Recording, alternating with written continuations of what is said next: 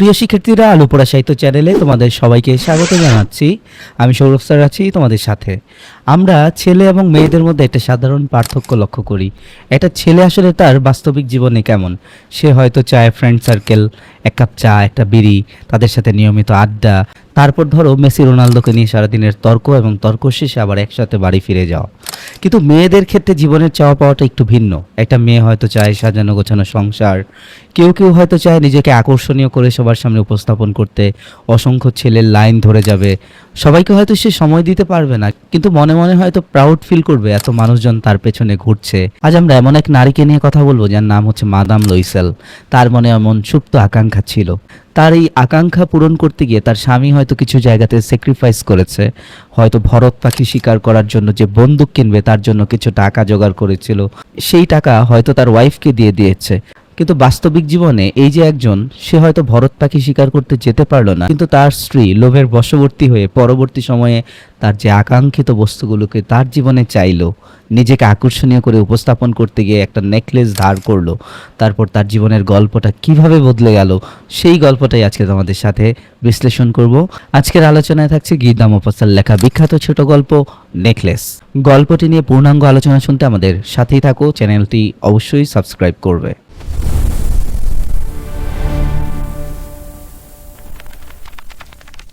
Necklace কার লেখা? গীতা মোফাজ্জল লেখা, অনুবাদ করেছেন পূর্ণেন্দু দস্তিদার। এই দুজনকে নিয়েই আমরা বিস্তারিত পরে জানবো, তবে তার আগে গল্পটা সম্পর্কে চলো একটু জানি।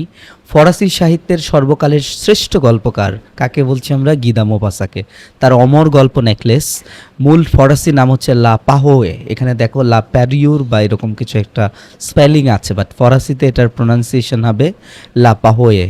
1884 সালের 17 ফেব্রুয়ারি ফরাসি পত্রিকা লা গোলোয়া, এটা হচ্ছে উচ্চারণ হবে গোলোয়াতে প্রকাশিত এই গল্পটি অপ্রত্যাশিত কিন্তু অত্যন্ত আকর্ষণীয় সমাপ্তির জন্য বিশ্ব সাহিত্যে বিপুল জনপ্রিয়তা লাভ করেছে। এই গল্পের এন্ডিংটা আসলে অপ্রত্যাশিত, আনএক্সপেক্টেড। তুমি চাচ্ছ না এরকম কিছু হোক, বাট দেখবে যে গল্পের শেষে এমন কিছুই ঘটছে, অনেকটা থ্রিলার মুভির মতো। গল্পটি মূলত মাতিলদা লুইসেল নামক এক মধ্যবিত্ত ফরাসি নারীর জীবন কাহিনী। মাতিলদা লুইসেল, এই মাতিলদার আরেকটা নাম হচ্ছে মাদাম লুইসেল। মাদাম সম্বোধন করে থাকে তারা নারীদেরকে। সৌন্দর্য ও বিলাসিতার প্রতি তার অদম্য আকাঙ্ক্ষা। এই নারীর সৌন্দর্যের প্রতি একটা অদম্য আকাঙ্ক্ষা ছিল। এটি হারানো হীরার নেকলেস এবং সেই হারানো বস্তুর জন্য 10 বছর দারিদ্র্যের জীবনযাপন তাকে করতে হয়েছে। মানে তোমার একটা আকাঙ্ক্ষিত বস্তু যেটা তুমি পেলে, বাট এটার জন্য তোমার পুরো জীবনের 10টা বছর নষ্ট হয়ে গেল। এর পরের 10টা বছর পাওয়ার জন্য 10 বছর না, যখন পেয়ে গেলে তারপরে দেখলে যে 10টা বছর তোমার জীবন থেকে হারিয়ে গেছে। এই গল্পের মধ্য দিয়ে লেখক জীবনের ভঙ্গুরতা, সামাজিক শ্রেণীবিভাগ, বাস্তবতার মোহভঙ্গের গভীর বার্তা দিয়েছেন। অনেকগুলো জীবনের ভঙ্গুরতা, মানে লাইফ সবার জন্য মনোমুগ্ধকর না। জীবনের বাস্তবতা অনেক ক্ষেত্রে কঠিন হতে পারে। আবার সামাজিক শ্রেণী, তুমি কোন শ্রেণীতে অবস্থান করছো, তুমি কি উচ্চবিত্ত, মধ্যবিত্ত বা নিম্নবিত্ত, এটা খুবই গুরুত্বপূর্ণ তোমার লাইফের জন্য। তো চলো আমরা গল্পের শুরুটা একটু দেখি, চরিত্রের পরিচিতিগুলো একটু জানবো। প্রথমে মাতিলদা, সৌন্দর্য এবং তার মধ্যে দারিদ্র্যের দ্বন্দ্ব দেখি। এই নারী অনেক সুন্দরী, কিন্তু সে আবার দরিদ্র। তাহলে নারীরা সুন্দর হবে, সুন্দরী রমণী একই সাথে ধনী হবে, এটা স্বাভাবিক। কিন্তু সুন্দরী রমণী, অসম্ভব সুন্দরী, কিন্তু তাকে আমরা দেখছি দারিদ্র্যের কষাঘাতে জর্জরিত। তার জীবনটা কেমন হতে পারে? গল্পের শুরুতেই লেখক আমাদের পরিচয় করিয়ে দেন মাতিলদা নামে এক তরুণীর সাথে। সে ছিল চমৎকার এক সুন্দরী তরুণী। নিয়তির ভুলেই যেন এক কেরানির পরিবারে তার জন্ম হয়েছে। তার ছিল না কোনো আনন্দ, কোনো আশা, পরিচিত হবার, প্রশংসা পাওয়ার, প্রেম লাভ করার এবং কোনো ধনী অথবা বিশিষ্ট লোকের সঙ্গে বিবাহিত হওয়ার কোনো উপায় তার ছিল না। তার মধ্যে কিন্তু পরিচিত হবার, প্রশংসা পাওয়ার এগুলোর আকাঙ্ক্ষা ছিল, কিন্তু বাস্তবতা এমন যে তার কোনোটাই সফল হচ্ছে না, এগুলোর একটা উপায়ও ছিল না। মাতিলদার জন্ম এবং পরিবার নিয়ে আমরা আরেকটু দেখি। মাতিলদা ছিলেন শিক্ষা পরিষদ অফিসের সামান্য এক কেরানির স্ত্রী। তাহলে কেরানির পরিবারে জন্ম, আবার কেরানির কাছে বিয়ে, আরেক কেরানির কাছে। তার ছিল না কোনো জাতিবর্ণ বা উচ্চ সামাজিক মর্যাদা। শ্রেণীর অন্যান্যদের মতোই তিনি ছিলেন অসুখী। এই শ্রেণীতে যারা আছে তাদের মতো তিনিও অসুখী ছিলেন, কারণ সবাই দরিদ্র। কারণ জন্মের পরে পরিবার থেকেই তারা শ্রী সৌন্দর্য ও মাধুর্য সম্পর্কে সজাগ হয়ে ওঠে। সহজাত চাতুর্য, প্রকৃতিগত সুরুচি আর বুদ্ধির নমনীয়তা হলো তাদের আভিজাত্য। তাহলে এই যে চাতুর্য, শিয়ালের মতো চতুর, প্রকৃতিগত সুরুচি, তাদের যে স্বাভাবিক অবস্থা, এটার মধ্যেই হয়তো তারা লাইফ স্পেন্ড করছে, কিন্তু অ্যাকচুয়ালি তারা অসুখী। মাতিলদার জীবনে যে অসন্তোষটা ছিল আর স্বপ্নটা কি ছিল, তার জীবন নিয়ে তার অসন্তোষ আছে, কিন্তু আবার তার একটা স্বপ্নও আছে। মাতিলদার মনে সবসময় দুঃখ কাজ করত। তার ধারণা ছিল যত সব সুরুচিপূর্ণ এবং বিলাসিতার বস্তু আছে সেগুলোর জন্যই তার জন্ম হয়েছে। সে গরিব, কিন্তু সে ভাবছে যত দামি জিনিস আছে এগুলোর জন্য তার জন্ম। তার বাসকক্ষের দারিদ্র্য, হতশ্রী দেওয়াল, জীর্ণ চেয়ার এবং বিবর্ণ জিনিসপত্রের জন্য সে ব্যথিত হতো। এবং তার যে কিছু নাই, হতশ্রী দেওয়াল আছে, জীর্ণ চেয়ার আছে, ঘরের অবস্থা যে খারাপ, এটা দেখে তার কষ্ট লাগতো। সে স্বপ্ন দেখতো, তার একটা ড্রিম ছিল। কি ড্রিম? প্রাচ্য চিত্র শোভিত পার্শ্বকক্ষ। সে ওয়েস্টের লোক, পশ্চিমা দেশের মানুষ, ফরাসি একজন নারী, কিন্তু সে স্বপ্ন দেখতো তার ওই দেশটাতে শৌখিন জিনিস কি, এই প্রাচ্য দেশের ইন্ডিয়ান সাবকন্টিনেন্টের কিছু উপকরণ দিয়ে তার দেয়াল সাজানো থাকবে, ব্রোঞ্জের আলোকমণ্ডিত কক্ষ থাকবে, আরাম কেদারা থাকবে এবং গৃহভৃত্যেরও ব্যবস্থা থাকবে। তার মানে তার পরিচারক, পরিচারিকা, সাহায্য করার মতো লোক থাকবে। এইরকম সে কি করতো? স্বপ্ন দেখত। গল্পের ঘটনা প্রবাহের এই অংশে দেখো সে একটা আমন্ত্রণ পায়, আমন্ত্রণপত্র এবং পোশাকের সংকট। এক সন্ধ্যায় মাতিলদার স্বামী লুইসেল, তার নাম মাদাম লুইসেল বলেছিলাম, আর স্বামী তাহলে লুইসেল, মিস্টার লুইসেল, হাতে একটি বড় খাম নিয়ে বেশ উল্লসিত হয়ে ঘরে ফিরলেন। হাজব্যান্ড খুব হ্যাপি। কেন?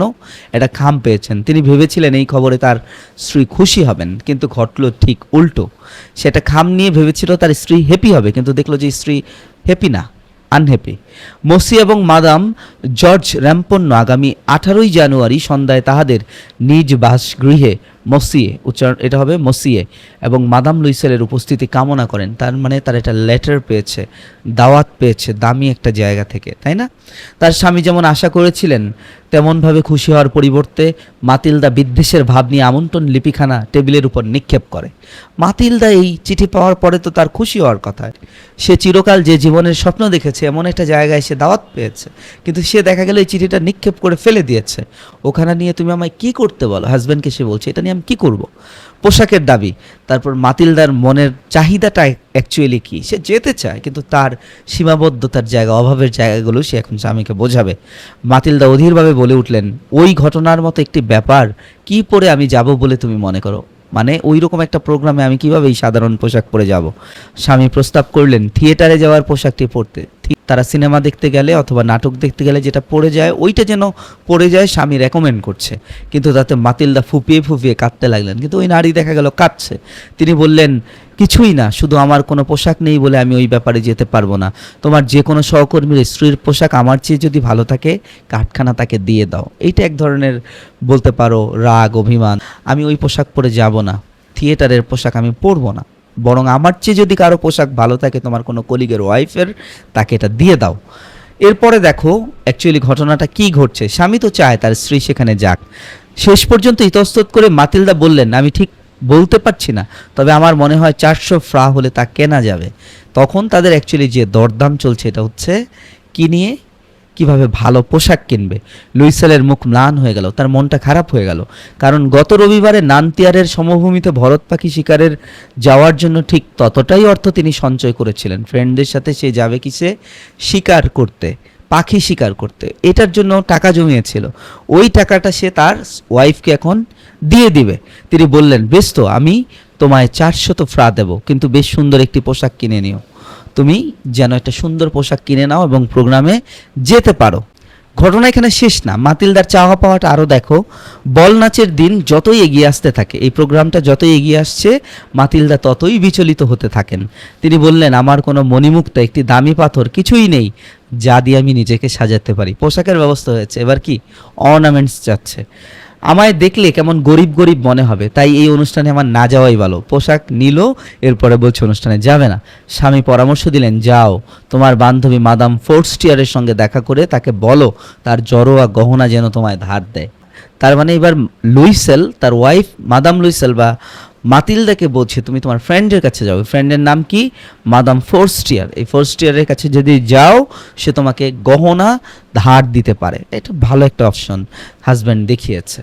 হীরার নেকলেস ও বল নাচের রাত। একটা ঘটনা দিন দিন এগিয়ে আসছে। সে তার ফ্রেন্ডের কাছে যাবে। হঠাৎ সে কালো সেটিনের একটি বক্সে দেখলো অপরূপ একখানা হীরার হার। সে যখন তার ফ্রেন্ডের কাছে, ফোর্স্টিয়ারের কাছে গেল, মাতিলদা গিয়ে দেখলো যে একটা হীরার হার বক্সের মধ্যে। অদম্য কামনায় তার বুক দুরু দুরু করে। এটা দেখার পরে তার অবস্থা কি? তার বুক দুরু দুরু করছে। হীরার হার, এত বড় জিনিস, নেকলেস, সেটা তুলে নিতে গিয়ে তার হাত কাঁপে। সে তার পোশাকের উপর দিয়ে সেটা গলায় তুলে নেয় এবং সেগুলো দেখে আনন্দে বিহ্বল হয়ে যায়। সে যখন এই অর্নামেন্টসটা ব্যবহার কিভাবে করবে এটা ট্রায়াল দিচ্ছিল, তখন সে আনন্দে বিহ্বল হয়ে যাচ্ছে। পরদিন মাতিলদা তার বান্ধবী মাদাম ফোর্স্টিয়ারের বাড়িতে গিয়ে তার দুঃখের কাহিনী বলে। এটা মূল অংশ আর কি, ঘটনাটা পুরো। যখন মাদাম ফোর্স্টিয়ারের কাছে যায় তখন ফোর্স্টিয়ার তাকে বলেছিল যে এখান থেকে যা ইচ্ছা তুমি নিতে পারো। তখন ঘটনাটা এভাবে ঘটছে, আর কিছু তোমার নেই? এটা মাতিলদা জিজ্ঞেস করছে। ফোর্স্টিয়ার বললেন, কেন আছে, তোমার যা পছন্দ তুমি তা বেছে নাও। তখন সে ওই হীরার হারটা দেখতে পেয়েছিল এবং এটা সে চায়। মাদাম ফোর্স্টিয়ার বললেন, কেন দেব না, নিশ্চয়ই দেব। যখন সে ধার চাইলো, তুমি আমায় ওইখানে ধার দেবে শুধু এটাই, তখন তাকে তার বান্ধবী ধার দিয়েছে। মাতিলদা সবেগে তার বান্ধবীর গলা জড়িয়ে ধরলেন, পরম আবেগে বুকে চেপে ধরলেন এবং তার সম্পদ নিয়ে চলে আসলেন। ফ্রেন্ডের কাছ থেকে এটা নিয়ে সে ব্যাক করলো। তারপর সেই কাঙ্ক্ষিত দিন চলে আসলো, বলনাচের রাত। বলনাচের দিন এসে গেল। মাদাম লুইসেলের জয় জয়কার। সে ছিল সবচেয়ে সুন্দরী, সুরুচিময়ী, সুদর্শনা, হাস্যময়ী এবং আনন্দপূর্ণ। ওই প্রোগ্রামের সবচেয়ে ঝাঁকজমকপূর্ণ মহিলা ছিলেন এই মাদাম লুইসেল। সব পুরুষ তাকে লক্ষ্য করছিল, তার নাম জিজ্ঞাসা করে তার সঙ্গে আলাপের আগ্রহ প্রকাশ করছিল। মন্ত্রিসভার সব সদস্যের তার সঙ্গে ওয়ালস নৃত্য করতে ইচ্ছে হচ্ছিল। মন্ত্রীদেরও ইচ্ছে করছিল এই নারীর সাথে একটু নাচবে। স্বয়ং শিক্ষামন্ত্রী তার দিকে দৃষ্টি দিচ্ছিলেন। শিক্ষামন্ত্রী যার প্রোগ্রাম, তিনিও তার দিকে দৃষ্টি দিচ্ছিলেন। সে আসলে আনন্দে তখন চরম শিখরে আরোহণ করেছে, তাই না? স্বাভাবিকভাবে একটা নারী হিসেবে যা করার কথা তাই করছে। আনন্দে মত্ত হয়ে আবেগ ও উৎসাহ নিয়ে সে নৃত্য করছিল। তার রূপের বিজয় গর্বে, সাফল্যের গৌরবে সে আর কিছুই ভাবে না। এক আনন্দের মেঘের উপর দিয়ে যেন ভেসে আসছিল এই সব আহুতি, মুগ্ধতা আর জাগ্রত সব কামনা। যে কোনো মেয়ের অন্তরে এই পরিপূর্ণ বিজয় কত মধুর। লেখক বলছেন এটা যে কোনো নারীর জন্য সবচেয়ে আনন্দপূর্ণ একটা মুহূর্ত। ভোর 4টায় প্রত্যাবর্তন, তো প্রোগ্রাম শেষ হয়ে যাবে, তাদেরকে তো ব্যাক করতে হবে। ভোর 4টার দিকে বাড়ি ফিরে গেল। অন্য সেই 3জন ভদ্রলোকের স্ত্রী খুব খুশি, ফুর্তিতে মত্ত ছিল। তাদের সঙ্গে তার স্বামী ছোট একটি বিশ্রাম কক্ষে মধ্যরাত্রি পর্যন্ত আধঘুমে বসেছিলেন। বাড়ি ফিরবার পথে গায়ে জড়ানোর জন্য তারা যে আটপৌরে সাধারণ চাদর নিয়ে এসেছিলেন সে তার কাঁধের উপর সেটি ছড়িয়ে দেয়। বলনাচের পোশাকের অপূর্ব সৌন্দর্যের সঙ্গে ওইটির দারিদ্র্য সুপরিস্ফুট হয়ে উঠছিল। শেষ মুহূর্তে যখন সে ব্যাক করবে হাজব্যান্ডকে নিয়ে, তাদের তো এই বাইরের পোশাকি আবরণের আড়ালেও তো আরেকটা আবরণ আছে, তারা যে দরিদ্র। তো রাতে যখন ব্যাক করছে সে তার অরিজিনাল চাদরটা গায়ে দেয়, যেটা দরিদ্রদের কাপড়। ওইটা দেওয়ার পরে অ্যাকচুয়ালি তার সাথে এটা শ্যুট করছিল না, ম্যাচ করছিল না। ফাইনালি সে তার লুকটা আরেকবার দেখবে বাড়িতে যাওয়ার পর। নিজেকে গৌরবমণ্ডিত রূপে শেষ একবার দেখবার জন্য সে আয়নার সামনে গিয়ে তার গলার চাদরখানা খোলে। হঠাৎ সে আর্তনাদ করে উঠল, তার হারখানা গলায় জড়ানো নেই। মানে যেটা ধার নিয়েছে that has already been lost, ওইটা হারায় গেছে। বাড়ি ফিরে মাতিলদা আয়নার সামনে গেলেন, তখন দেখলেন কি নেকলেস নাই। এই মুহূর্ত থেকেই শুরু হলো জীবনের মহাবিপত্তি। ফ্রেন্ডের কাছ থেকে তুমি সবচেয়ে দামি হীরার হার নিয়েছো, এটা হারিয়ে গেছে, তখন তোমার অবস্থা কি হবে? প্রথম অনুসন্ধান, পোশাক এবং বহির্বাসের ভাজের মধ্যে পকেটে সব জায়গায় তারা খোঁজ করলেন, হাজব্যান্ড অ্যান্ড ওয়াইফ, কিন্তু তা পাওয়া গেল না। লুইসেল জিজ্ঞাসা করলেন, ওই বাড়ি থেকে চলে আসবার সময় তা যে তোমার গলায় ছিল তা ঠিক মনে আছে? আমরা যখন কিছু হারাই, যে তুমি ওইখানে যে ছিলা ওই সময় কি এটা দেখছিলা গলার মধ্যে তোমার আইডি কার্ডটা? এই ধরনের প্রশ্ন করি না? তো তার হাজব্যান্ড তাকে প্রশ্ন করছে, তুমি শেষবারের মতো দেখেছিলা কিনা, এটা মনে আছে কিনা, এটা গলায় যে ছিল? মাতিলদা নিশ্চিত করলেন যে বিশ্রাম কক্ষ দিয়ে বেরিয়ে আসার সময়ও হারটি তার গলায় ছিল। যেখানে রেস্ট নিয়েছেন ওই রুম থেকে যখন বের হলো তখনও এটা ছিল। 2 নম্বর, লুইসেল আবার পোশাক পরে নিলেন এবং বললেন, আমি যাচ্ছি, দেখি যতটা রাস্তা আমরা হেঁটেছিলাম সেখানে খুঁজে পাওয়া যায় কিনা। সে খুঁজতে খুঁজতে যাবে। তিনি পুলিশের কাছে ও গাড়ির অফিসে গিয়েছিলেন এবং পুরস্কার ঘোষণা করে একটা বিজ্ঞাপনও দিলেন এই হার পাওয়ার জন্য। কিন্তু সকাল 7টার দিকে ফিরে এসে বললেন কিছুই পাওয়া যায়নি। তাহলে অলরেডি 4 ঘন্টা চলে গেছে, 4টা থেকে 7টা। মিথ্যা চিঠি, লুইসেল বললেন তোমার বান্ধবীকে লিখে দিতে হবে যে হারখানার আংটা তুমি ভেঙে ফেলেছো। তখন তারা তো বান্ধবীকে কি জবাব দেবে? তারা একটা পথ আবিষ্কার করলো লুইসেল, যে তুমি তোমার ফ্রেন্ডকে একটা মিথ্যা লেটার দিয়ে দাও যে এটার আংটা ভেঙে গেছে বাট হার আছে, তাই না? বিষয়টা এমন। তাতে আমরা ভেবে দেখবার সময় পাবো, মানে এই সময়ের মধ্যে আমরা ভাবতে পারবো যে এটা নিয়ে আমরা কি করব। তার নির্দেশ মতো মাতিলদা চিঠি লিখলেন। 1 সপ্তাহ শেষ হওয়ায় তারা সব আশা ত্যাগ করলেন। এরপর দেখলো যে 1 সপ্তাহ চলে গেছে বাট এটা আর কোনোভাবেই পাওয়া যাচ্ছে না। তারা সব আশা তখন ত্যাগ করলো। তখন তারা একটা বিকল্প বা অল্টারনেটিভ খুঁজতে শুরু করলো। লুইসেল ঘোষণা করলেন, ওই জড়োয়া গহনা ফেরত দেওয়ার ব্যবস্থা আমাদের করতেই হবে। প্যালেস রয়্যালে তারা এমন একটি হীরার কণ্ঠহার দেখলেন যেটা ঠিক তাদের হারানো হারের মতো। তার দাম 40,000 ফ্রা। Can you imagine? যে লোকটা 400 ফ্রা দিয়ে তার ওয়াইফকে জামা কিনে দিয়েছে, তার জন্য এখন 40,000 ফ্রা বেয়ার করতে হবে। কত গুণ বেশি। তার দাম 40,000 ফ্রা, 36,000 ফ্রাতে তা পেতে পারেন। মানে দরদাম করলে এটা আমরা 36K-তে এটা পেতে পারি ওই সময়। তো এই যে হার, এটার জন্য তাদের 10 বছর কঠিন জীবনযাপন করতে হয়েছে। লুইসেলের কাছে তার বাবার মৃত্যুর পরে প্রাপ্ত 18,000 ফ্রা ছিল লুইসেলের কাছে, বাকিটা তিনি ধার করলেন। মাদাম লুইসেল যখন জড়োয়া গহনা মাদাম ফোর্স্টিয়ারকে ফেরত দিতে গেলেন, তখন শেষোক্ত মেয়েটি নির্জীব কণ্ঠে বললেন, তার বান্ধবী ফোর্স্টিয়ার বলছে, ওটা আরও আগে তোমায় ফেরত দেওয়া উচিত ছিল, কারণ তা আমারও দরকার হতে পারতো। মানে তুমি এতদিন পরে দিয়ে গেলে, এটা তো আমার আরও আগে দরকার ছিল। তার বান্ধবী সেই ভয় করছিলেন, তেমনভাবে সে গহনার বাক্সটি খুললেন না, বাক্সটা খুললো না। তেমন যদি বদলে দেওয়া হয়েছে সে টের পেত, সে কি মনে করতো, সে কি বলতো, সে কি তাকে অপহারক ভাবতো? মানে এটা যদি বান্ধবী দেখতো বা সামহাও বুঝতে পারতো এটা ডিফারেন্ট কিছু বা ডিফারেন্ট একটা আইটেম, তখন তো সে রাগ করতো বা মন খারাপ করতো, যদিও দেখতে সিমিলার। এটা কে ভাবছে? এটা ভাবছে মাতিলদা। এবার মাদাম লুইসেল দারিদ্র্যের জীবনের ভয়াবহতা বুঝতে পারে। এত টাকা দিয়ে যখন এটা কিনে বান্ধবীকে দিল, এবার দারিদ্র্যের জীবন। সে তার নিজের কাজ সম্পূর্ণ সাহসের সঙ্গেই করে যায়। ওই দুঃখজনক দেনা শোধ করা প্রয়োজন, সে তা দেবে। দাসীকে তারা বিদায় করে দিল, তাদের বাড়ি কাজের লোক বিদায় করলো, তারা তাদের বাসা পরিবর্তন করলো, নিচু ছাদের কয়েকটি কামরা, রুম, কেবিন তারা ভাড়া করলো। তাদের দৈনন্দিন জীবন কতটা কঠিন, ঘরকন্যার কঠিন সব কাজ সে করতে শুরু করলো। রান্নাঘরের বিরক্তিকর কাজকর্ম সে শিখে নিল। তার গোলাপি নখ দিয়ে সে বাসন ধোয়, তৈলাক্ত পাত্র এবং ঝোল রাদার কড়াই মাঝে, ময়লা কাপড় চোপড় সে মেজ, বাসন মোছার গামছা সে পরিষ্কার করে দড়িতে শুকাতে দেয়। রোজ সকালে সে আবর্জনা নিয়ে রাস্তায় ফেলে। সিঁড়ির প্রতিটি ধাপে শ্বাস নেবার জন্য থেমে থেমে সে জল তোলে। সাধারণ পরিবারের মেয়ের মতো পোশাক পরে সে হাতে ঝুড়ি নিয়ে মুদি, কসাই, ফলের দোকানে যায় এবং তার দুঃখের পয়সার একটার জন্য পর্যন্ত দর কষাকষি করে। তাহলে তার লাইফ এখন বার্গেনিংয়ের পর্যায়ে দাঁড়াচ্ছে। সব বিদায় করে দিতে হচ্ছে, কাজের লোক থেকে শুরু করে এভরিথিং, এবং তার জীবনের মানেও পরিবর্তন আসে। লুইসকে যে ত্যাগ করতে হচ্ছে এমন না, তার স্বামীকেও ত্যাগ করতে হচ্ছে। তার স্বামীও সন্ধ্যাবেলায় কাজ করেন, তিনি কয়েকজন ব্যবসায়ীর হিসাবের খাতা ঠিক করেন। রাত্রে এক পাতা 5 সাও হিসেবে প্রায়ই লেখা নকল করেন, লেখা কপি করে দিচ্ছেন। এই রকম জীবন 10 বছর ধরে চলল। প্রতি মাসেই সময়ে চেয়ে কিছু দলিল বদল করতে হয়, কাউকে কিছু শোধ দিতে হয়। তার মানে দলিল বদল করে করে এইখান থেকে ধার ওইখানে, এখানকার জিনিস আর এখানে নিয়ে দিয়ে দিচ্ছে, এরকম না বিষয়টা? এভাবে তাদের 10 বছর লেগে যায় এই টাকা শোধ করতে। 10 বছর পর, 10 বছরের শেষে তারা সব কিছু মহাজনের সুদসহ প্রাপ্য নিয়ে সব ক্ষতিপূরণ করে ফেলতে পারে। তাছাড়া কিছু তাদের সঞ্চয়ও হলো। এই 10 বছরে তারা কিছু সঞ্চয় করলো, আবার পুরো দেনাও শোধ করলো। এরপরে হচ্ছে সবচেয়ে ক্রুয়েল পার্টটা আমরা পড়বো, যে চ্যাম্পস অ্যালিসিসে পুনর্মিলন হয় এবং একটা সত্য উন্মোচন হয়। 10 বছরের শেষে মাদাম লুইসেলকে দেখলে এখন বয়স্কা বলে মনে হয়। সে এখন গরিব গৃহস্থঘরের শক্ত, কর্মঠ, অমার্জিত মেয়ের মতো লাগছে তাকে, তাই না? সে এত সুন্দরী ছিল, তার চুল অবিন্যস্ত, ঘাগরা এক পাশে মোচড়ানো, হাতগুলো লাল। সে চড়া গলায় কথা বলে, গলার স্বরও চেঞ্জ হয়ে গেছে। বড় বড় কলসিতে জল এনে মেঝে ধোয়। কিন্তু কখনো তার স্বামী যখন অফিসে থাকে, জানালার ধারে বসে বিগত দিনের সেই সান্ধ্য অনুষ্ঠান, সেই বল নাচে তাকে এত সুন্দর দেখাচ্ছিল, ও এত অতিরিক্ত প্রশংসা পেয়েছিল, তার কথা ভাবে নারী। মানে যেটার জন্য তার অলরেডি 10 বছরের জীবন নষ্ট হয়ে গেছে, সেই দিনের কথা ভাবে, ভেবে ভেবে সে কি প্রশংসা পেয়েছিল ওইগুলোর কথা সে স্মরণ করে। যদি সে গলার সেই হারখানা না হারাতো তাহলে কেমন হতো? এ হার না হারালে তার লাইফ কেমন হতো? কে জানে, কে বলতে পারে? কি অনন্য সাধারণ এই জীবন, আর তার মধ্যে কত বৈচিত্র্য। সামান্য একটি বস্তুতে কি করে একজন ধ্বংস হয়ে যেতে পারে, আবার বাঁচতেও পারে। এই নেকলেস পরেই সে প্রশংসা পেয়েছিল, আবার এটা হারিয়ে তার জীবন কিভাবে ধ্বংস হচ্ছে।